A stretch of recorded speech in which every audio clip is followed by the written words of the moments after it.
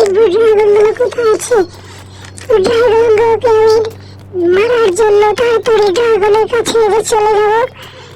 এই দেখো আমি কিভাবে দৌড়ে দৌড়ে ড্রাগনের কাছে যাচ্ছি। আমাদের এয়ারপোর্টে সেই ড্রাগনগুলো আমাদের শহরের মানুষের উপর অত্যাচার করছে। আমাকে খুবই সাবধানে যেতে হবে। আমি তবে ফোন করে আমি জিপিএস দিয়ে ভালোভাবে দেখে নিই আশেপাশে কিছু আছে কি নয়।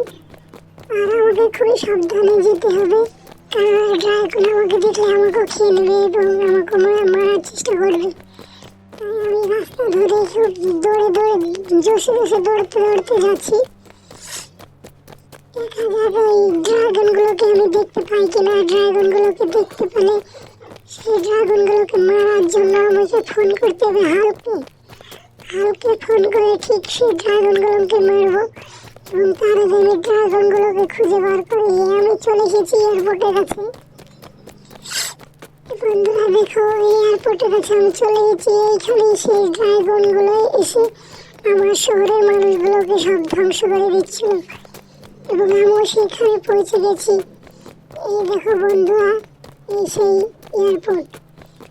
এয়ারপোর্টে এসে কিছু একগুচ্ছ ড্রাগন এসে হামলা চালাচ্ছিল। তবে আমি দেরি না করে তাড়াতাড়ি এক্ষুনি আমি হালকে ফোন লাগাবো।